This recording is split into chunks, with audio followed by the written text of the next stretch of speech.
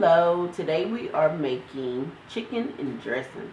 And what made me want to do this video is we were on Facebook and having a dressing versus stuffing discussion. So I figured I'd show you guys how I make my dressing. In this pot I just have some chicken. I'm actually using boneless, skinless chicken thighs this year. Normally I would boil a whole chicken, but just not this year. And I also have some celery in the pot. And now I'm going to add some onion.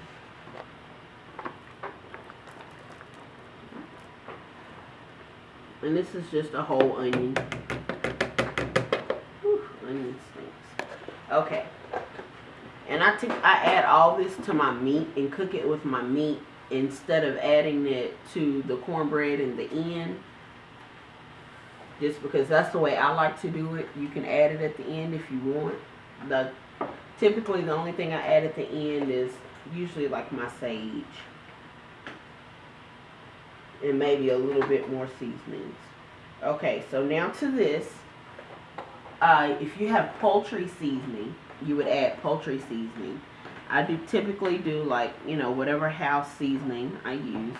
And you guys know I mix up some of everything. So I'm adding that. Also add, because I don't like to taste celery, which is why I cook my celery in my pot, because I don't like the way celery tastes. But I love the flavor that it gives different foods. And now I'm going to just add a little more celery. This is actually celery salt, because I'm not going to add any regular salt. And like I was saying, if you have poultry seasoning, this would be a good time to add it. You can always add it towards the end once you're mixing your chicken with your cornbread. But personally, I don't use poultry seasoning, which is shocking.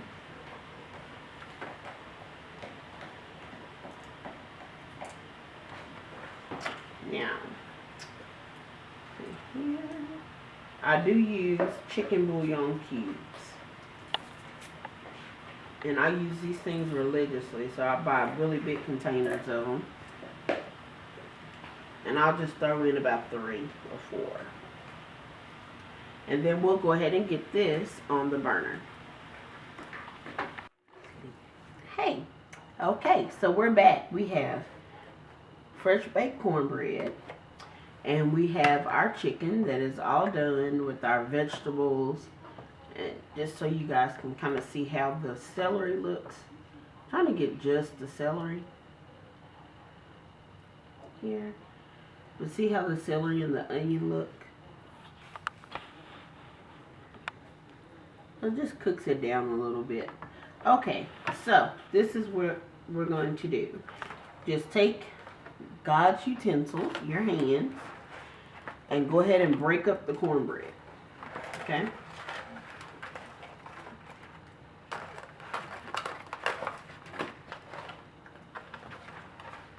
Okay. Should only take you just a minute. I like to leave my cornbread a little light in color.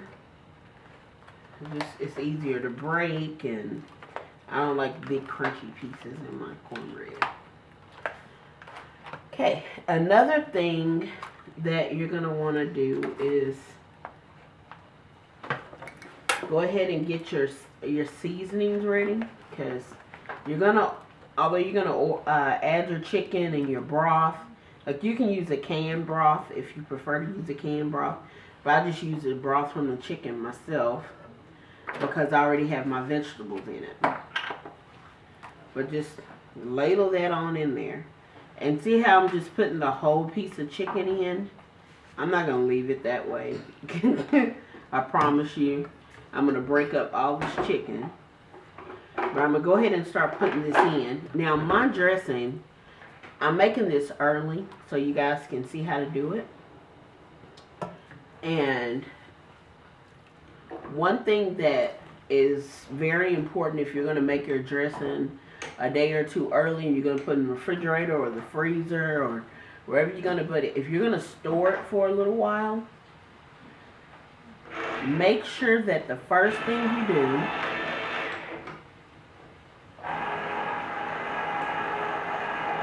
I'm going to wait until my daughter's done with the can opener.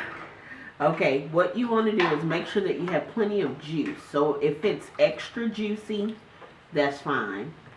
Kind of burnt myself then. But if it's extra juicy, then that's okay, because that juice is just going to cook right out when you put it in the oven. But don't put like the amount that you would normally put in your dressing. Don't put that in if you're going to be storing it, because then yes, your dressing will dry out. So I'll go ahead. I think I have all the, well, almost all the chicken from my pot. I have like a couple more pieces, and I'm going to just start breaking that chicken apart, and then I'll come back and show you guys what else we put in our dressing. Okay, so we're back. We got our chicken all broken up, and we just want to move it around. Whew. And look at what we find. Woohoo, a stick of butter. You're just going to need 1 stick of butter to make your dressing a little rich. It's not necessary. You don't have to have, you know, butter. But being since we're going all the way fattening, I figured I'd try it. I normally do not put a stick of butter in my dressing, but I figured I would try something different. But it's just going to make it really rich. And just kind of move your meat around. And don't worry that this is looking slightly dry to you. It's going to look that way since I haven't yet to put in my broth, a lot of broth. That step is actually coming. Now, before I start throwing in broth and getting everything together, let's go ahead and start throwing in some seasoning. So you're going to start off with whatever house seasoning you want to use. Okay? So that being your poultry seasoning or whatever type of salt and pepper or what have you that you want to add. Go ahead and add that now. The piece de resistance, the best thing you can ever add to your dressing. Sage. I like lots of sage, and I'm not using a powdered sage, so if you guys are looking at this and wondering, whoa, what kind of sage is that? I don't use ground sage. Okay, this is a little bit more potent, and I still use a lot of it. So, sage is huge in my house. I have to be able to taste that sage in that dressing. That is very, very important. And normally I just use my hands for this process, even though it is hot. Whew. I still use my hands. But since we're doing a video, I figured I better not. I already used my hands once in doing the cornbread. That ought to be enough. Okay. So while I mix this together, the next thing that you will want to add to your dressing is cream of celery soup. And I told you guys I really like the flavor of celery, but that's not why I'm using cream of celery soup. Okay? I'm using it for the moisture factor.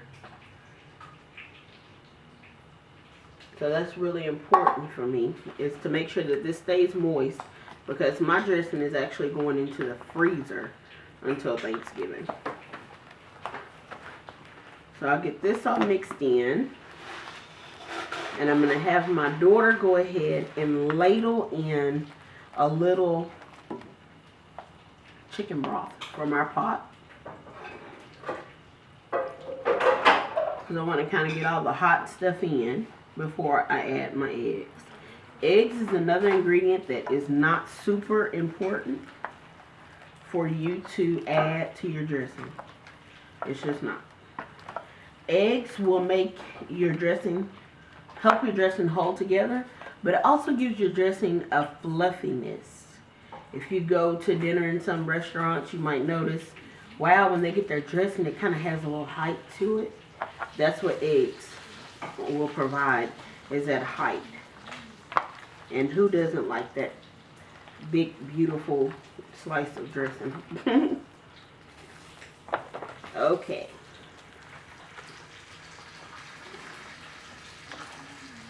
Now, this is chicken and dressing. While I have you guys, we can discuss sausage dressing.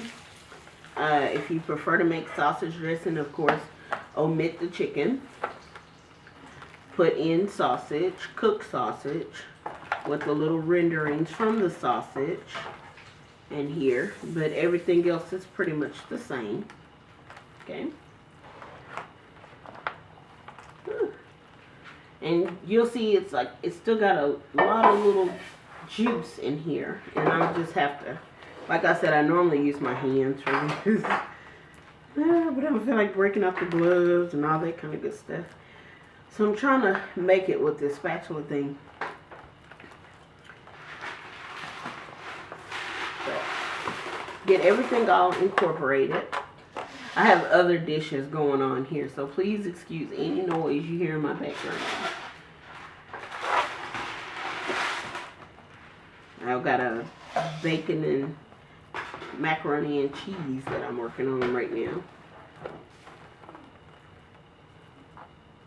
Okay. So that's starting to look good. Our next step now is to add eggs. Like I said, eggs are truly optional. Okay? That's not something that you have to do. I'll probably add a tad bit more of the broth, not because I need it, but because for the freezing process, I really needed to have more juice to it, because the juice can bake out later. I can fix juice, I cannot fix dry once I'm in the baking process.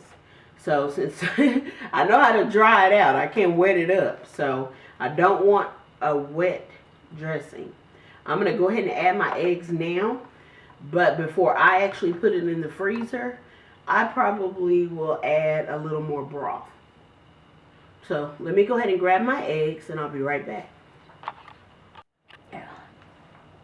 Okay, so now I have everything all incorporated. I have not added the extra juice yet, so this is what it's looking like. Just gonna crack the eggs in. Oh, made a mess. And I always keep a paper towel here on the side, but I tend to forget my extra paper towel that I use. Eggs are just so to me sometimes. Okay, so now you're just gonna mix that egg in, okay? And I do each egg one at a time.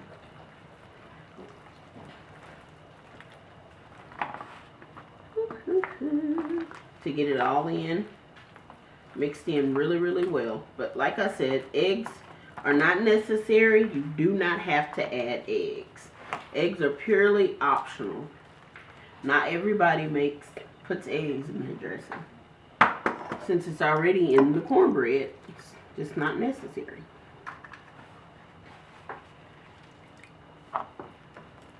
Okay. So I'm going to get all this all mixed together. And I just kind of want to divert your attention over to my pot here where I had my chicken. And the reason why I'm diverting your attention that way is not to take you away from the dressing, but I want to give you another recipe that you can use. And that's for a giblet gravy. Now, I don't like the giblets. You know, the little bag that's in the chicken and yuck. I don't like giblets, and I definitely don't typically eat giblet gravy. But I do like to have it as an option. So, I want you to have a look at this. I'm going to set a little pot here. And I'm actually going to teach you how to make a really quick, really simple giblet gravy. Okay? So, I'll keep working on this. And I'm going to have my daughter step up and help out with the giblet gravy. I'll actually tell her how to make it. Okay. First thing is first. I left chicken in this pot. Okay. So the chicken is going to go into this pot now.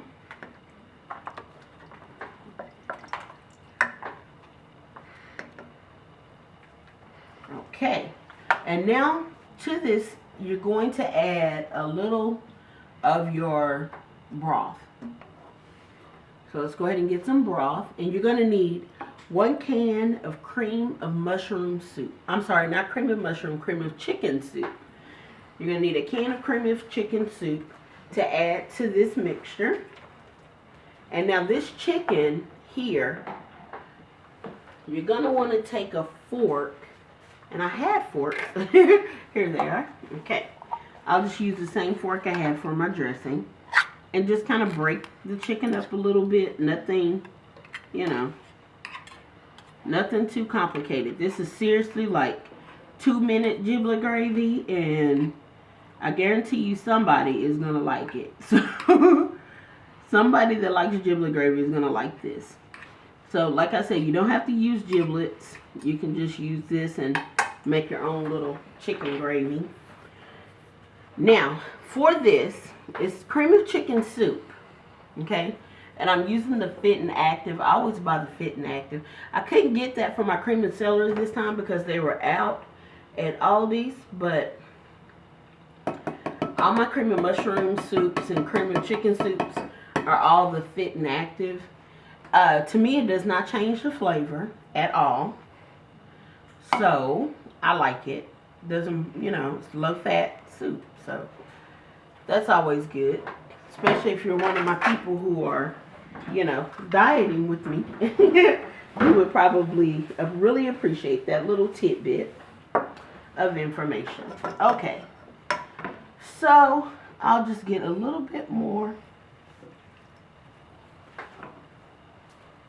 Make sure I get a few seasonings and celery and all that kind of good stuff in there. Toss in house seasonings, whatever your seasoning might be, salt, pepper, whatever. Okay. Put that in there. Oh, I'm sorry. There we go.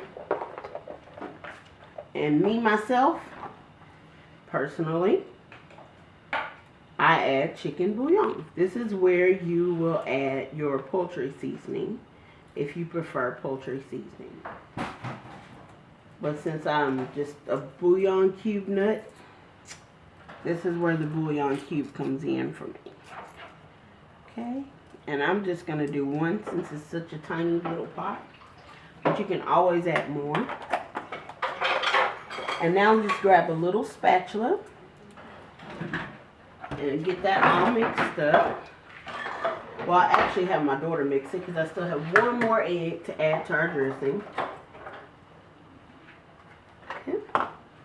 Or I mix a little faster than her, so I'll end up taking over. I always do. And she's looking at me like, yes, and you should really work on that, woman. Okay. So, ta-da! This was, God, I can't believe I did that. But she's looking like, hey, you should let me do it. Okay. I need another paper towel. Thank you. So, seriously, that's it. That is all you need to create your own little pot of giblet gravy within, seriously, seconds. Not even minutes. Seconds. But now you have your gravy. And my mom, she loves this stuff. She could seriously just eat it by itself. And just sit it on the stove. Put it on low. Let it simmer for about 10 minutes maybe. And you can go ahead and serve it. So, now, giblet gravy's out of the way.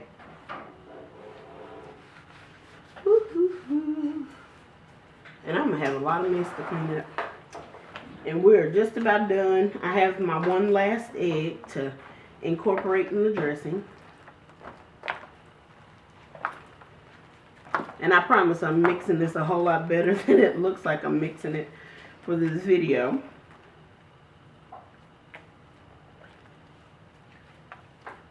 Okay. So, here we go. Now we have it all. And I'm also, another reason, I'm making a mess, but another reason why I kind of wanted to put eggs in here this time was because I am making this early, and I know my kids oh so well. They're sweet little darlings, but honey, they will come in there and they will eat whatever you have in that refrigerator or freezer, and this will keep them from eating the dressing before I cook it. Okay? They are so serious about their dressing. They're a lot like me. I do not play. I am a dressing girl, definitely not a stuffing girl. But when you're done, that's what your dressing is going to look like. You're going to cook it in the oven, bake 350 degrees for about 20 to 25 minutes, and you are done. So I can't wait to see how you guys' food comes out. Please come by the blog or tag me in a video and let me know what you guys have cooking for Thanksgiving. And I will see you guys actually later, because I still have not done my weight update video. So any of you who are watching my videos for the weight stuff, it is coming, I promise. But until then, I'll see you guys. Check me out on Timona's Tips, and I'll write out all the ingredients there.